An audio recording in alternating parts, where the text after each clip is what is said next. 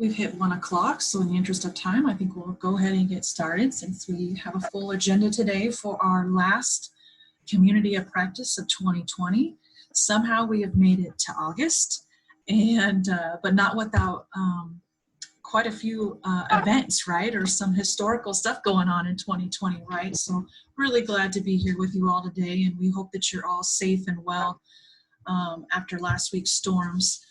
So just really happy to be here together today to do our last Community of Practice together. My name is Jessica Craho.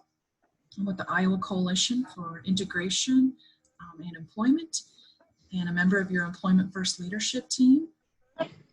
Today's webinar will be recorded, and the recording and the materials that come with it and the presentations will be shared after the webinar. Hopefully I got everybody their certificate from last month's Community of Practice, but if I missed you, just shoot me a quick email, please. If you need live captioning to participate in today's webinar, you can find the link for that in, excuse me, in the chat box there.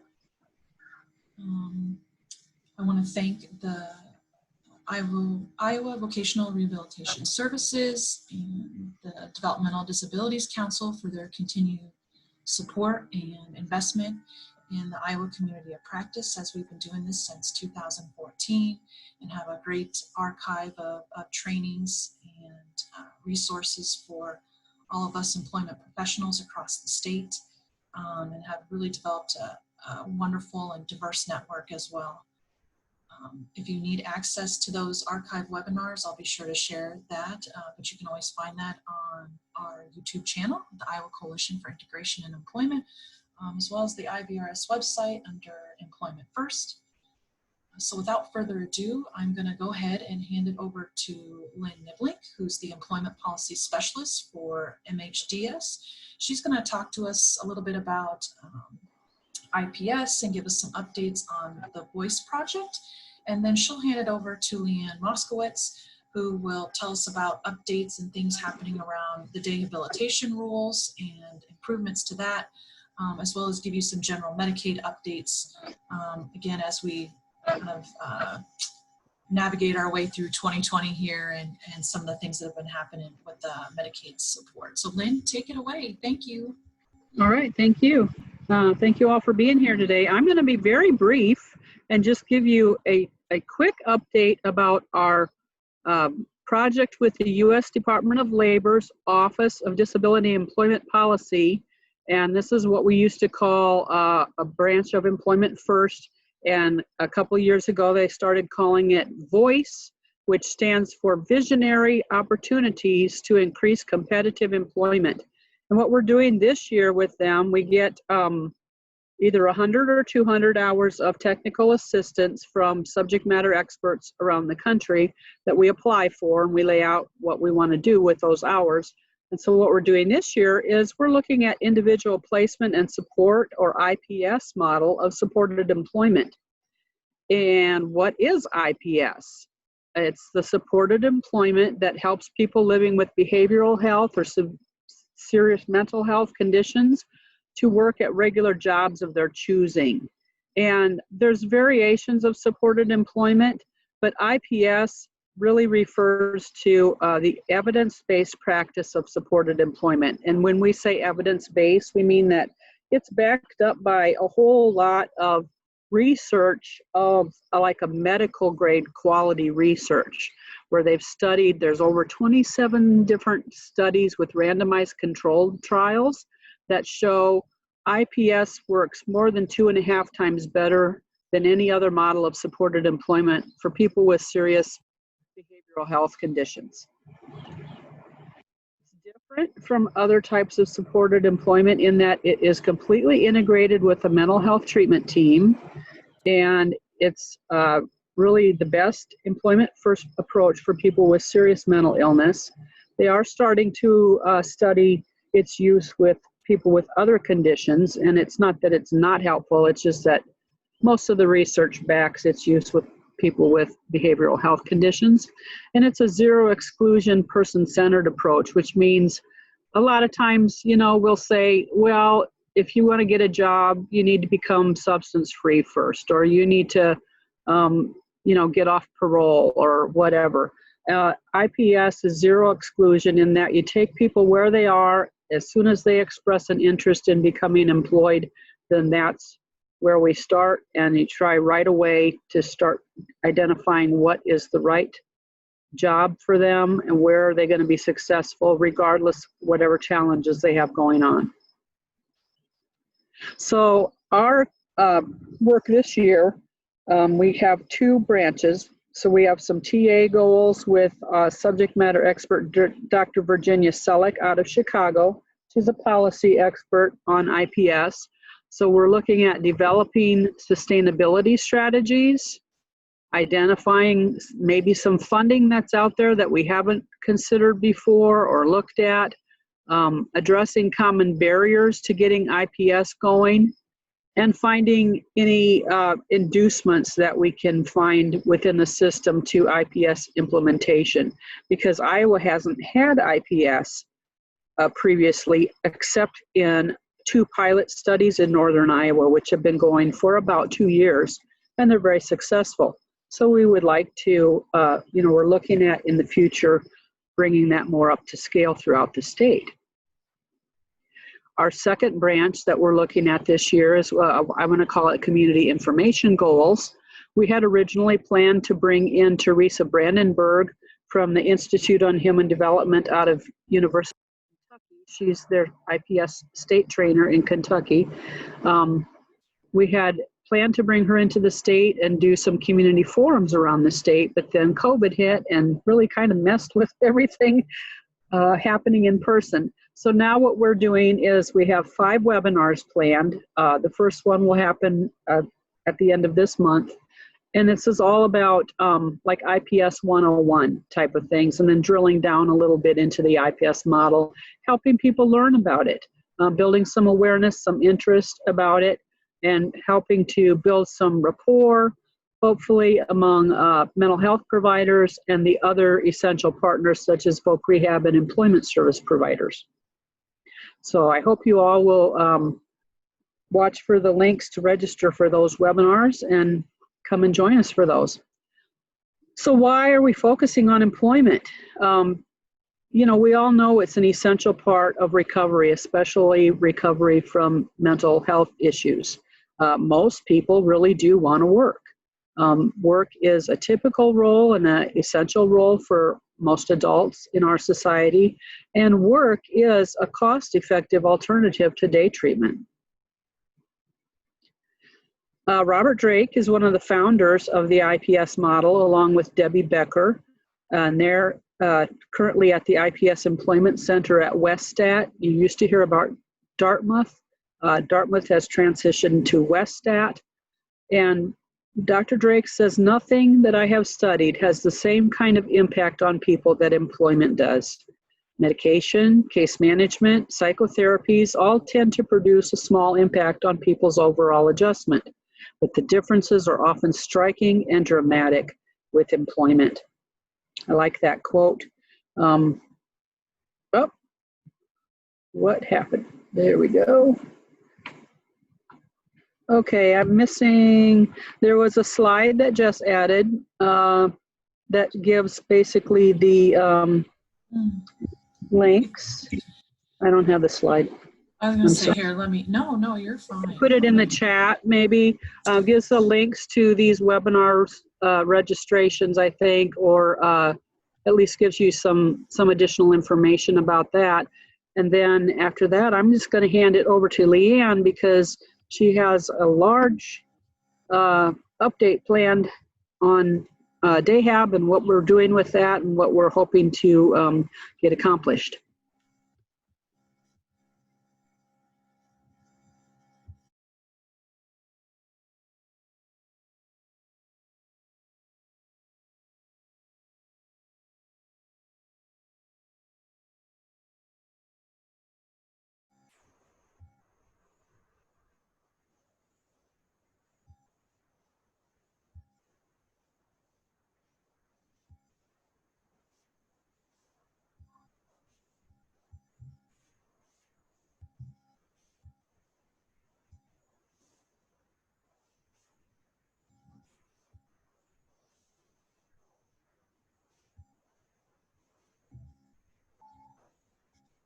LeAnn? I'm not sure if we're frozen here. Just a second. Can you hear me now? Yes, there you are. Okay, good. Good. I'm just trying to make sure I've got my my screen share down here. So hopefully everybody can see my screen Perfect. now. Yes, perfect. Thank you. Fantastic. All right. So thanks everybody for the opportunity today to talk to you about day habilitation. Most of you are probably aware this was a project that we began in 2018 that carried over into 2019 and that got pushed back implementation due to COVID. And so we are working on getting these going again. They were excited about the changes. We had a lot of participation from our stakeholders. And so I'll just go through kind of where we're at today, bring you up to speed on the changes that we're looking forward to for the day habilitation service. And of course, this would be under the 1915 I State Plan HCBS Habilitation Program and the 1915C Intellectual Disability Waiver Program, as those are the two programs right now that have day habilitation as a service. So our goals, as Lynn talked about, you know, employment's important in the recovery of services. We also think about employment in terms of community inclusion, and that all of us, you know, have the expectation of work in our lives. And being part of the community also means being part of work life. And so people with disabilities have the information, skills, support needed to participate in their communities. They're valued, respected, and active members of their communities. They are included in their communities and part of the activities that they choose to be participating in, and that people have regular interaction with people without disabilities who are not their paid employees or paid staff. And so the CMS technical guide provided for some additional clarification, and this would be the 2016 technical guide that was published, provided some additional clarification around DayHab, that DayHab includes activities of daily living. It includes community living skills building and development. It includes building a positive social behavior, interpersonal competence, independence, and personal choice, all to help folks live at their maximum potential, live, work, and recreate in the communities in which they live. And then coordinated with other therapies. So if an individual has a OT, PT, or speech therapy needs, the services should be coordinated to also reflect that those needs are being addressed through those services. And if there's any carryover from program plans related to those services, that they're included in the activities that are being provided through the DayHab service. So what we're doing with DayHab is we're adding a pathway to employment. We want to ensure that DayHab isn't, again, a stopping place for people, but a stepping stone for people to achieve their maximum potential. And so again, when CMS came out with the clarification that yes, DayHab can provide a pathway to employment, we wanted to address these rules. So members that are involved in DayHab may engage in career planning while participating in DayHab service. And DayHab is allowed as a wraparound support for those who are employed or for those seeking employment, because we know that for many individuals that we serve, it's important that they have a meaningful day. They need those services and supports in order to give them the skill-based training experiences, give them the community living experiences, as well as that supportive supervision that they may need when not working. So community inclusion and community employment are intertwined, of course. A life in the community for everyone is what we hope for all of folks that we're supporting through public funded dollars. Our community life engagement activities, what we call day habilitation here, can lead to employment through career exploration activities and networking. Again, DayHab is used as a wraparound support to employment to fill in gaps of the days, provide new experiences, increase people's social connection opportunities, their engagement and inclusion in their communities. And it also supports people in integrated retirement. Again, it's important that folks remain engaged in their communities and are encouraged to continuously engage in their communities, even if perhaps they're at the point of retirement and no longer wish to work and just enjoy their golden years. So our current day habilitation services definition and scope, I've provided you those links there, of course. They are defined in Iowa Administrative Code 7827.8 for habilitation DayHab, and then for the ID waiver day habilitation services, you'll find those in the same chapter in section 41, subparent 14. So if you're curious about what things look like today, most of you are probably familiar with that. You can go out and check those links. So service improvements that we're looking at for DayHab, and again, this came out of the day habilitation work group that consisted of service providers, our partners at Iowa Coalition for Integration Employment, and other regional partners, as well as various state departments. So DayHab services may provide a path to employment, either through ID waiver or HCBS habilitation.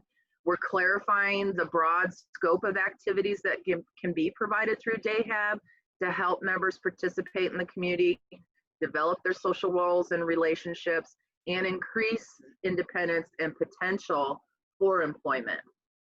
And then again, we're also adding minimum training requirements for direct care staff to ensure that members are served by competent staff.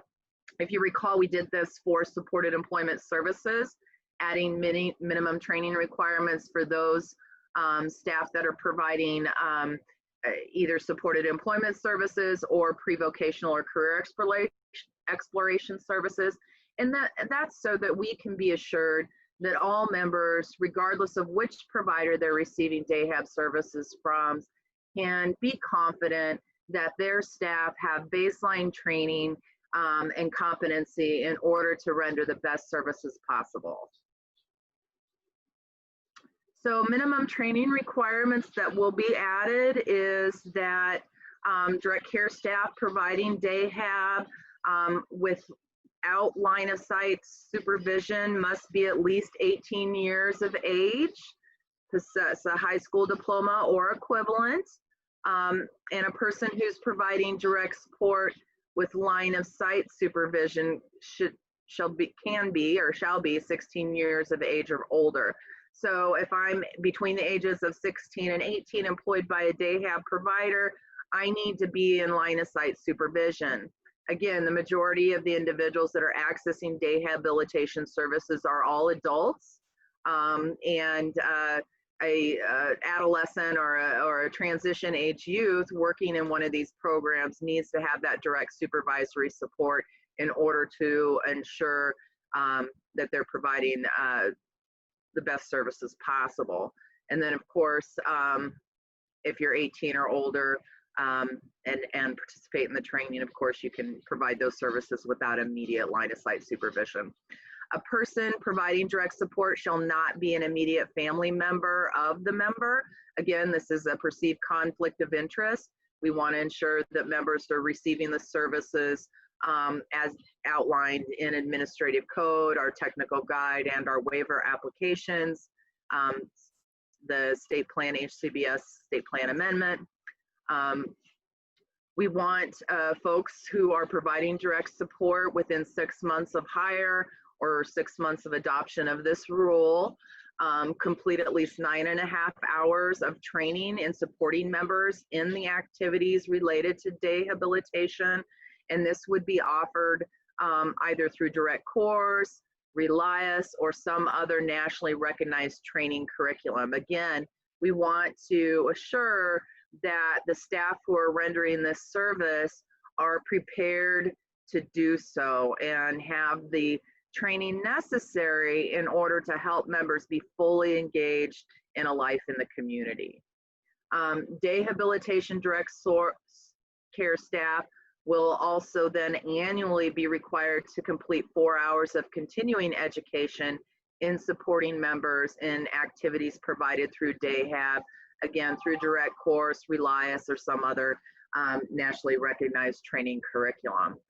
And so this is very similar, as you'll note, as to what we're requiring for staff that are delivering pre-vocational services, as well as those direct support staff also providing small group or long-term job coaching.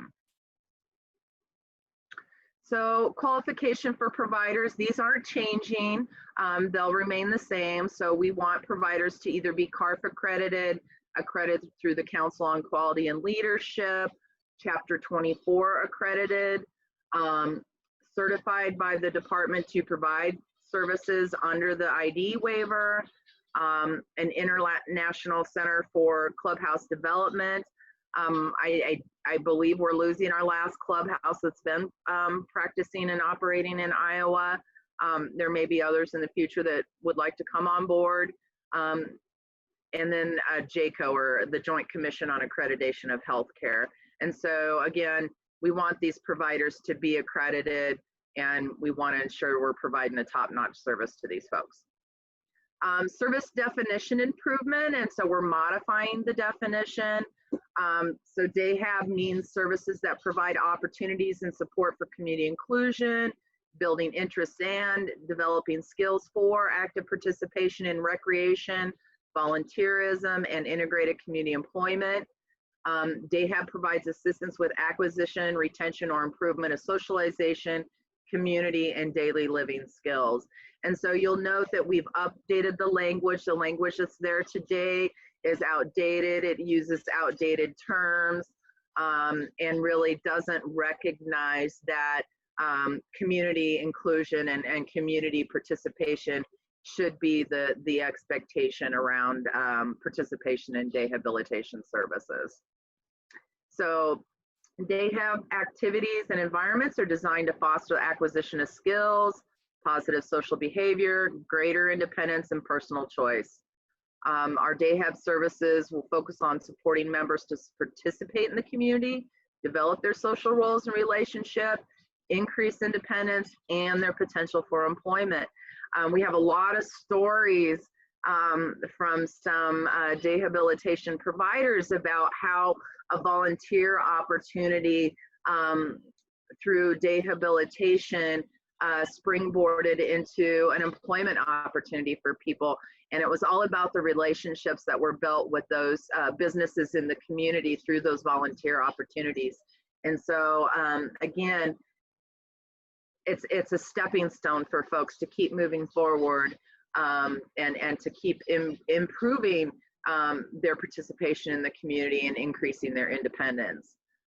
Services are designed to assist the member to attain or maintain individual goals as identified in their comprehensive service plan. So again, that's not changing. Dehabilitation and the service needs that are to be met through DayHab are identified through that comprehensive functional assessment, and then the actual service to meet those needs are identified in that comprehensive service plan.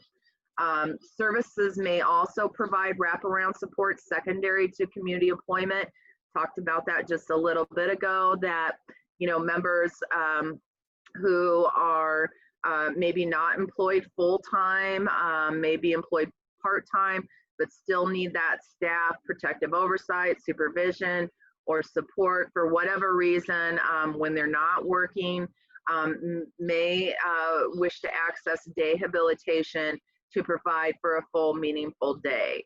And so that remains appropriate. People can have more than one habilitative service, non-residential habilitative service in their service plan. So essentially, I could be receiving long-term job coaching at my community employment in the morning, attending a day program in the afternoon, and maybe I work on some other socialization type skills or something like that, participating in pre-voc a couple times a week too. So it just kind of depends on the individual, what those assessed needs are, and what that individual's goals are for community integration and participation. So day hab services, and these will be our new activities. Again, you'll notice that we've updated the language. We've expanded upon the activities and really focused on that person-first language and the person-centered planning process. So day hab activities may include identifying the members' interests, preference, skills, strengths, and contributions, identifying conditions and supports necessary for full community inclusion and the potential for community integrated employment, planning and coordination of the members' individualized daily and weekly day habilitation schedule. Again, it's not one size fits all. It's not a plan in a can. It's, you know, I'm LeAnn, and you know, this is what I really want to get out of my day hab participation. I'd really like to go volunteer at the Animal Rescue League a few times a week because I really love interacting with animals, and at the same time, it's possible that I could explore once that relationship is developed, employment opportunities in that same program. So developing skills and competencies necessary to pursue competitive integrated employment. That might look like working on my social skills, working on how do I interact with my peers, how do I interact with people when I'm out in the community, you know, the neighbor down the street, the gal that I run into in the coffee shop, maybe people I'm volunteering with or for. What does that look like? And again, it's going to be each individual's plan and their goals for themselves. Participating in community activities related to hobbies, leisure, personal health, and wellness. Again, this can be to support retirement, provide those RAP supports, participating in community activity related to our cultural, civic, and religious interests. Again, you know, there's a lot of enrichment that people can get through participation in a day habilitation program that's fully integrated into the community. Participating in adult learning opportunities, participating in volunteer opportunities, training in education and self-advocacy and self-determination to support my ability to make informed choices about where I want to live, who do I want to work with, where do I want to work, where do I like to recreate, how do I stand up for myself and make choices and make my voice heard when it comes to planning for my life. Also, activities will include assistance with behavior management and self-regulation. We know that oftentimes that's why people require that that wraparound support that day hab can provide, because they're not able for whatever reason to, you know, be home alone, or maybe being home alone isn't enriching enough, and I really need the support of day hab to fully engage in my community. Use of transportation and other community resources, developing and maintaining our natural relationships in the community, assistance in identifying and using international supports, because again, the more I'm dependent on publicly funded supports to meet my needs, of course, that always comes with some restrictions. And so how do we leverage those natural relationships that I have in the community to help support my full integration? Do I have friends at the library? Do I have friends at different places that can present me with some volunteer opportunities or participation in social groups, those types of things. Assistance accessing financial literacy and benefits education. Again, that's important. It's important that I be educated about money, how to budget, understanding where does my source of income come from. If I'm on public funded benefits, what does that mean? What does it mean in the terms of going to work? Now, this is not benefits planning. This is benefits education around, well, I'm receiving Medicaid, I'm on these other publicly funded benefits. It's probably a good idea if I want to go to work that I get connected with a benefits planner who can really help me explore, about earned income and ways and opportunities for me to work and increase my ability to work and increase hours and wages and things without impacting my receipt of those benefits. Other activities deemed necessary to assist the member with full participation in the community. Again, developing social roles and relationships in the community. How do I become a part of? It's one thing to be in the community. It's another thing to participate in the community. And so how can I be assisted to develop those social roles and relationships that really help me with full participation and not just being present, and increasing that independence again and employment and potential for employment. So DAHAB also includes a family training option. This is not changing. And so DAHAB may include training families in the treatment and support methodologies, so that what we're doing for community inclusion and full engagement through the DAHAB program or through other services can also be duplicated in the family home. We do consider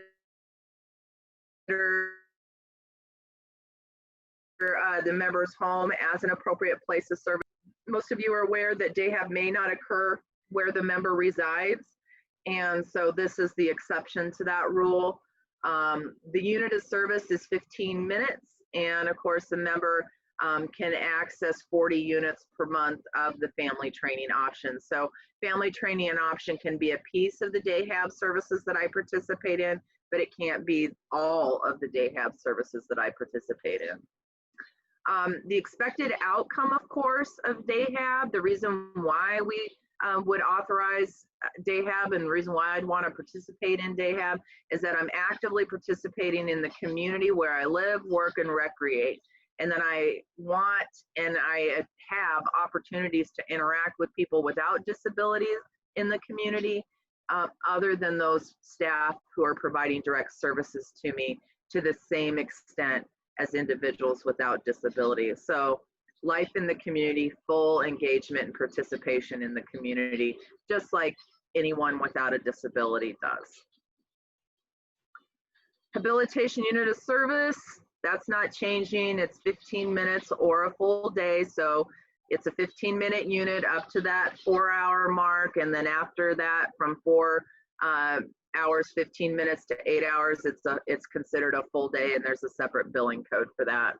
Transportation, we're going to clarify that when transportation is provided to and from the member's home to the day habilitation site or location, if we have a hub that we all show up to in the morning and then we all go out and disperse to our different volunteer opportunities or different social clubs or what have you.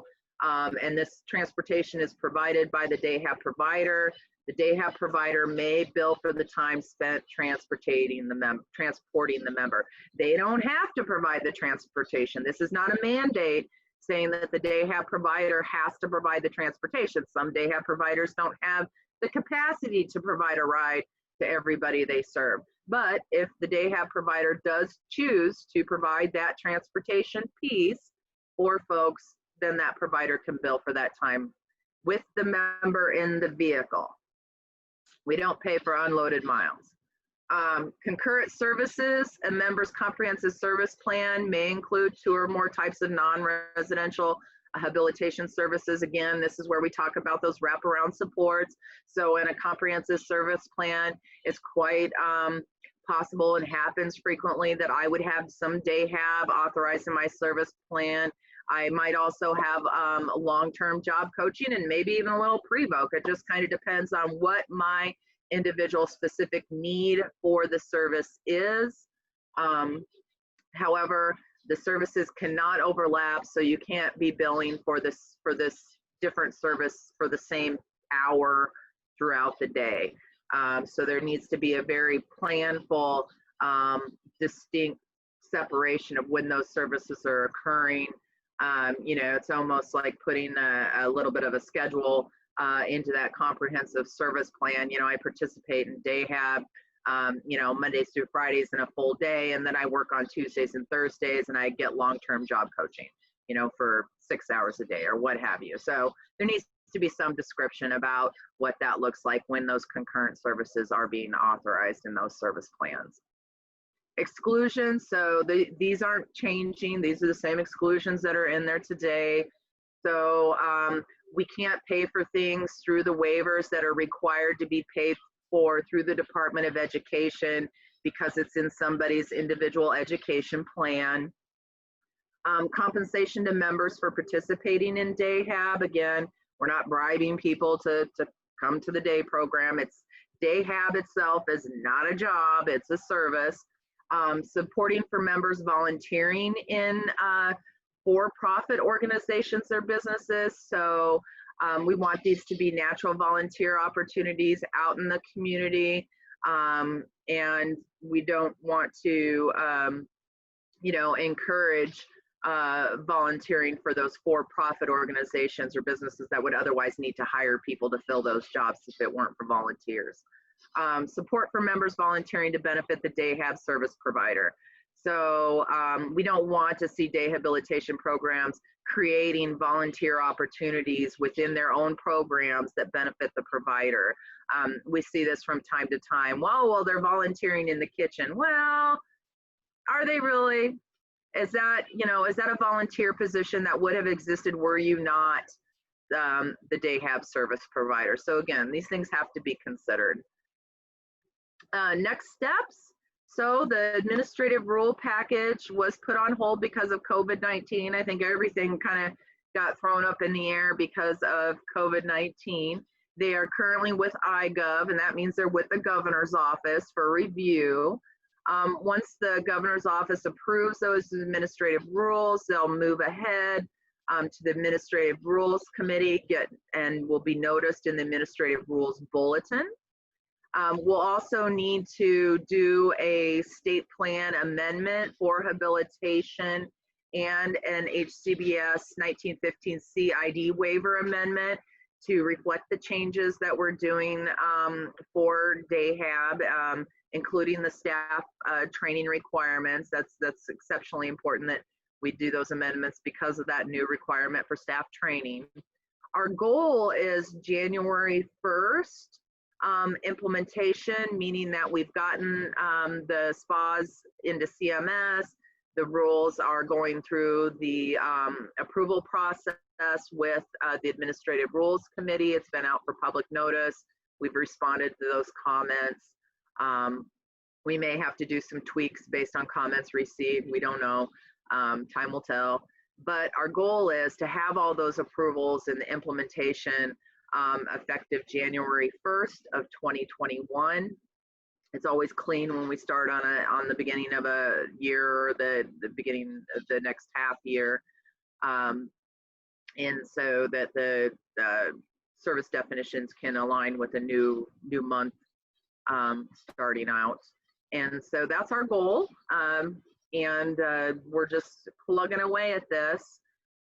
This will be part of the HCBS Habilitation State Plan Amendment that we'll be submitting in response to the work that the HCBS Habilitation Work Group is doing around the comprehensive functional assessment that's used for the HCBS Habilitation Program and the eligibility criteria retooling and the resource allocation that we're looking at, or I should say tiers, definitions and criteria that we're looking at to complement whichever comprehensive functional assessment the work group lands on.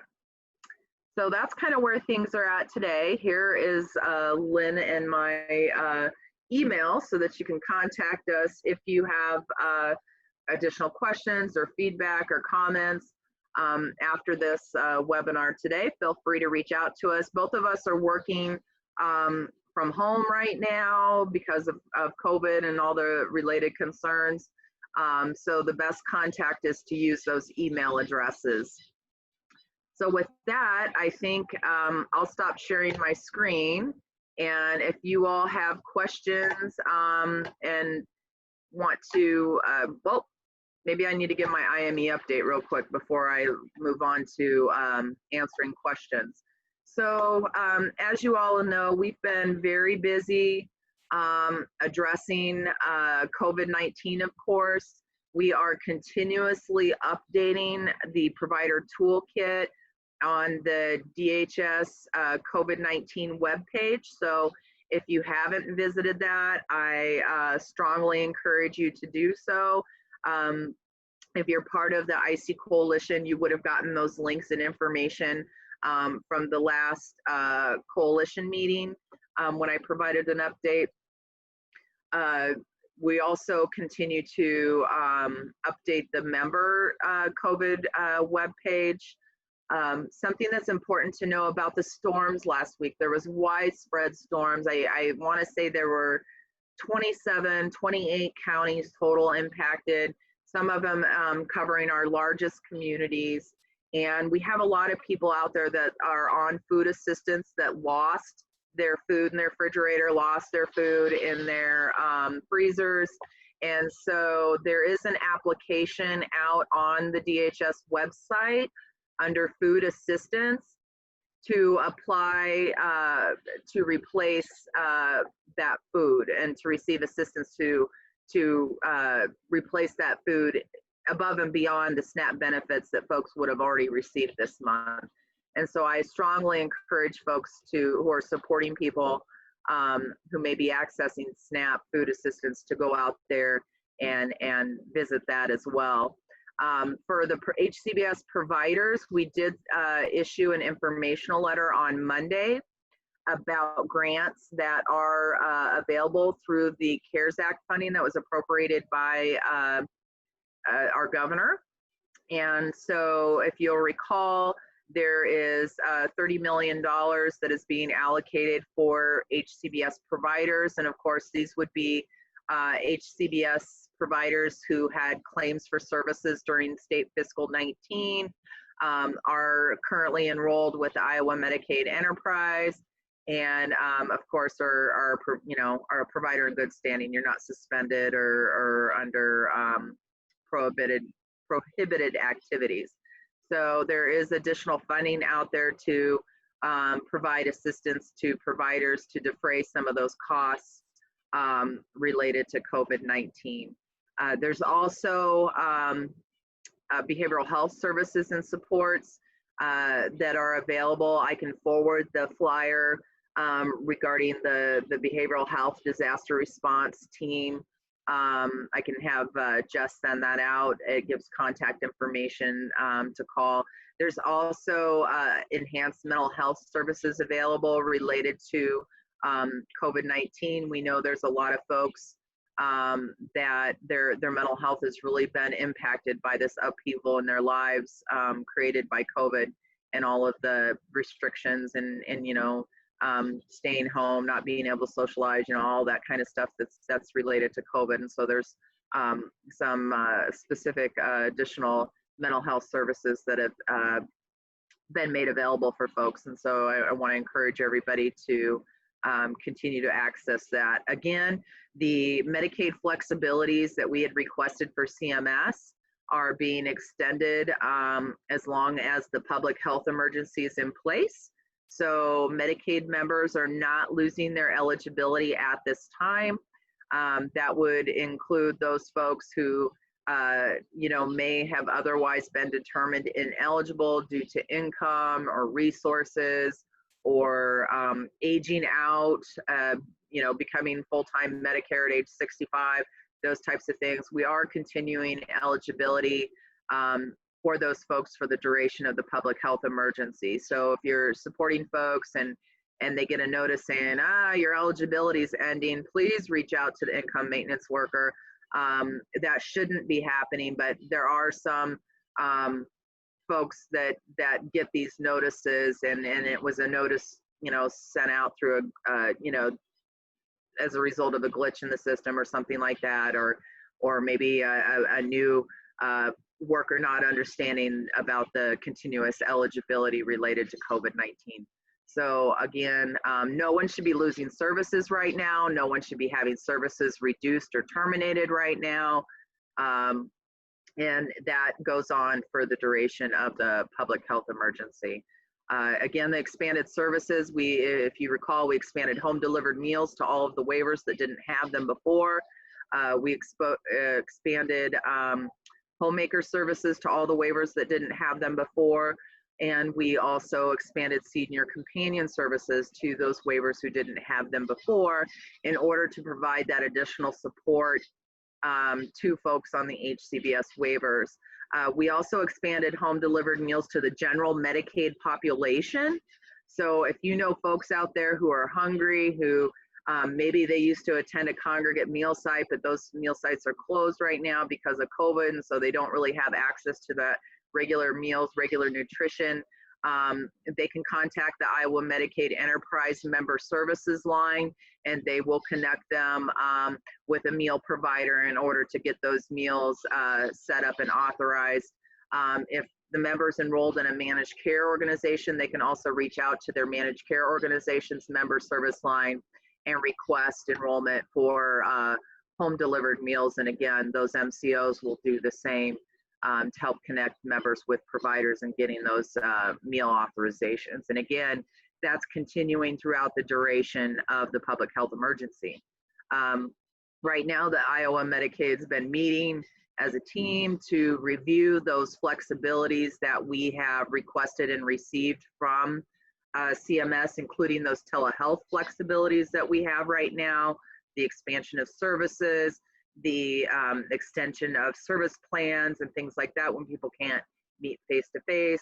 And we're reviewing those things to determine if any of those things will be continued beyond the end of the public health emergency. We may want to keep home delivered meals in those other waivers. We may want to keep those expanded services open. We may want to keep some of the flexibilities around the provision of telehealth. And so we're reviewing all of that right now. We're also really looking at, excuse me, supporting those kiddos in online and distant learning. We're currently exploring what kind of guidance has come out through the Department of Education and how and when it would be appropriate to utilize Medicaid funded services to support those kids at home while they're participating in that online and distant learning. So we hope to provide, excuse me, I'm getting scratchy, hope to provide some of that guidance here in the near future once we have had some time to communicate with Department of Ed and look at their guidance that's coming out of their program. So with that, I think I'm done talking and you all can start asking some questions. I'll mute my line until you have a question. LeAnn, this is Jess. Do you want to share the information about the potential of adding employment services to health and disability waiver? Ask your question again, Jess. So we received ahead of time a question about, let me make sure I pull it up here and repeat it right. Was it adding additional services under the, like day have and employment under the health and disability waiver? It was adding, yeah, adding employment and day have. Yes, you're right. That was the question. Okay. Well, we haven't historically, and the reason why we have not historically is because when these waivers were all developed at different points in time based on advocacy around the state. And so when each of the different waivers was developed, of course, they had different levels of advocacy groups involved in that development, and those advocacy groups identified which services and supports they felt were most critical or would be most utilized by that population. And so historically, supported employment services, day have services haven't been included in the health and disability waiver or the physical disability waiver or the elderly waiver. And I think that goes back to kind of that old adage that people with disabilities can't work, or, well, if they can, then we need to go to IVRS for those services, and those services and support shouldn't come through the waivers. And of course, that thought process has evolved over time to where, you know, now we fully anticipate and expect that any waiver service would help people be fully integrated into the community, and that would include employment. And so we want to make sure that people know they can work, that they want to work. And I think it's certainly worth considering and worth looking at adding those full community inclusion and participation services and activities to those waivers, especially the health and disability waiver has a large population for folks, so that they can continue to participate in those things. And we know we've got folks that age out of regular Medicaid. They obtain the elderly waiver so that they can continue to participate in Medicaid. But then, wow, now I don't have access to my residential services, or I can no longer participate in my employment services that I was using before to help me work. And so I think it's just part of that continuous quality improvement and continuously improving the services that we deliver through our waiver programs. And absolutely, I think that's something that we'll need to take on and start looking at in, you know, the next year or so. We do have some new staff coming on board that's loosening up some capacity for myself as well as the other program manager with HCBS. And so it's quite possible that we can undertake looking at those things in the next year or so. So thanks for the question. Awesome. Yes.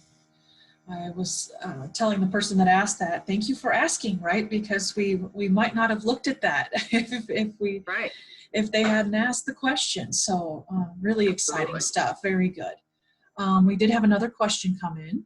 How does the rule about no immediate family members providing services affect a member who may want to access day have under CCO? A lot of their staff are oftentimes family members. Yep, so that is, so under the consumer choices option, the member, you know, that's what's different about CCO. So if a member is converting, you know, traditional CCO dollars to purchase day have, we would look at that. Number one, because you know, typically CCO is utilized to purchase those things to meet my identified needs in my service plan. So I would still need to go through, we would not recognize an individual as a day have provider per se. So we would, you know, similarly to supported community living, yes, you can convert those services, but due to the conversion factor that's applied to consumer choices option, it probably isn't the most fiscally viable approach to accessing day have. I think from a provider's perspective, it would be more fiscally viable to render that service on the traditional side of Medicaid rather than through the consumer choices option. And that's not to say that it couldn't happen. It could happen, but again, there's that utilization factor. So the day hab provider would not receive through CCO what they would receive through the traditional side of Medicaid. The reimbursement would be less just because when you access CCO, you're also paying a support broker. You're also paying different fees and things like that in addition to that employees' wages. Not to say it couldn't happen, but you really have to look at that when you're looking at building that monthly budget under the consumer choices option. Hopefully that answers the question. I think so. Thank you, LeAnn. We'll see if anything else comes in here. I just want to remind folks we shared the evaluation link there in the chat. We always appreciate your feedback. And because we're finishing up this particular year, the last question in this month's survey specifically asked for any topic ideas for 2021, as we'll begin planning for that. So please give us your feedback on today as well as your ideas for 2021. We will be sure to share today's presentations with the mailing list. So just be sure that you're on it. If you're not, just shoot me an email, and I'll share my email here in the chat. I also pulled down the food assistance link again. Amy and I both shared the Google form or the link to the Google Doc that has the IPS webinar schedule and registration links in it. I'm going to pull it down for you one more time. So just click on this link. Oops. I didn't send that to everybody. I didn't send my email to everybody. Sorry, guys. Okay. There's your IPS webinar schedule and registration links. If you just click on that link there, it'll take you to the document that has all those dates and registration stuff on there. Here is my email, should you need to be added to the mailing list. Our partners at VR, Vienna just wants to remind everybody to please work with their local VR, contact them and collaborate them as it relates to employment plans. Don't forget they're there to support everyone's employment goals and be a partner and a collaborator, and a great one at that. Oh, another question came in. Has there been any discussion about the possibility of adding SCL, pre-vote, and transportation services under the health and disability waiver? Well, I think my response goes back to, again, the same. I think, you know, we have had some conversations around combining of waivers too, so we don't have 7 separate waivers. The thought is that perhaps we could combine those that are participating in the health and disability waiver, the physical disability waiver, and the AIDS HIV waiver at some future point in time. And so I think that'll be a great opportunity for us to look at the whole menu of services available to folks on those waivers. And you know, we get the whole equity factor that, you know, it'd be great if everybody could access the entire menu of services that's available under the waiver.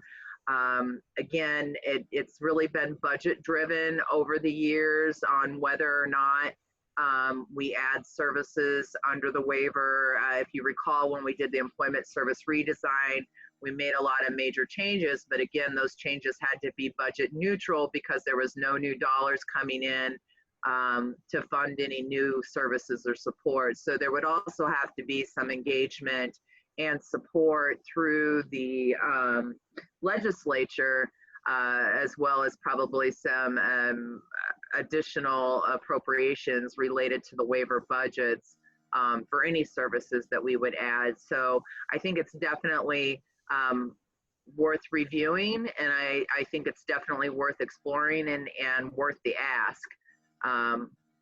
And again, that takes a lot of work and a lot of effort in order to make those kinds of program changes that have a fiscal impact. But again, I think it's reasonable to expect that we would start looking at those things and accessibility to the whole menu of services going forward, probably next year. Perfect. Thank you, LeAnn. Appreciate your time today and your information, and you too, Lynn. Already getting a lot of great feedback of how helpful today was, and it was that, again, that it was nice to connect and get a refresher on some of this stuff and an update on what's going on. So I think a successful day all in all.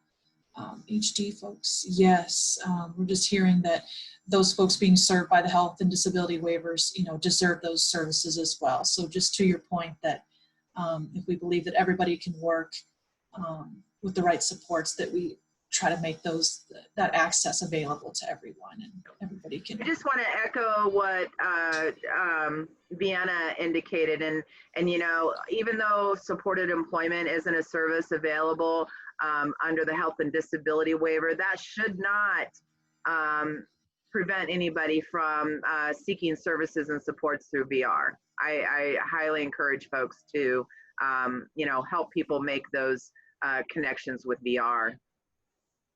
Absolutely. Right. Yes, that's true. VR does not fund pre-voke services, but they will fund supported employment services and different training and preparatory activities that are within the scope of the person's employment plan. So if somebody needs some of that additional support as they are moving towards work or seeking work, I mean, I think VR can definitely do that. Okay, I think we're a little past 2. So I just, again, want to encourage and remind everybody to complete the evaluation and let us know your ideas for 2021. We want to thank you all for your continued support and participation in the Iowa community of practice. We love connecting with you every month. We have a huge network, a great network, and we just look forward to continuing this work together as we move into 2021. Thanks again to Iowa Vocational Rehabilitation Services and the Iowa Developmental Disabilities Council for their continued support and investment in the community of practice. I'll be sure to send everything out to folks after the webinar, including the slides for today and some of those additional links to the IPS stuff and the food assistance application. If there's anything else, just shoot me an email and let me know. Again, thanks everybody, and take care and be well and be safe, and we'll talk to you all soon. Thanks again, Lynn and LeAnn. Appreciate your time today. Thank you. Bye-bye, everybody. Thanks.